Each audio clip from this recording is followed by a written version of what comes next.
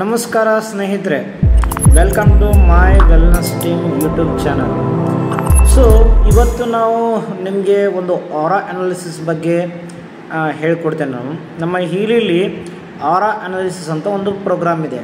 ಅಂದರೆ ನಮ್ಮ ಸಟಲ್ ಬಾಡಿನ ನಾವು ಫ್ರೀಕ್ವೆನ್ಸಿ ಏನಪ್ಪ ಬ್ರಾಸ್ಲೆಟ್ ಮುಖಾಂತರ ಮೈಕ್ರೋ ಫ್ರೀಕ್ವೆನ್ಸಿನ ತಗೊಂಡು ಹೀಲ್ ಮಾಡ್ತೇವೆ. ಅದೇ ಥರ ನಮ್ಮ ಟೋಟಲ್ಲು 5 ಬಾಡೀಸ್ ಇದೆ ಅಂತ ಕರಿತೀವಿ ನಾವು. ಟೋಟಲ್ 5 ಬಾಡಿ ಕರಿತೀವಲ್ಲ, 5 ಬಾಡಿ ಇದೆ ನಮ್ಮದು.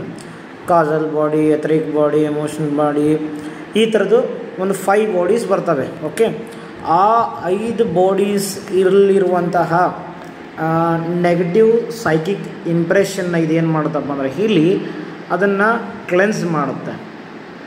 ಅದು ಯಾವ ಥರ ಅದರಲ್ಲಿ ಪ್ರಾಬ್ಲಮ್ ಇದೆ ಅಂತ ಗೊತ್ತಾಗುತ್ತೆ.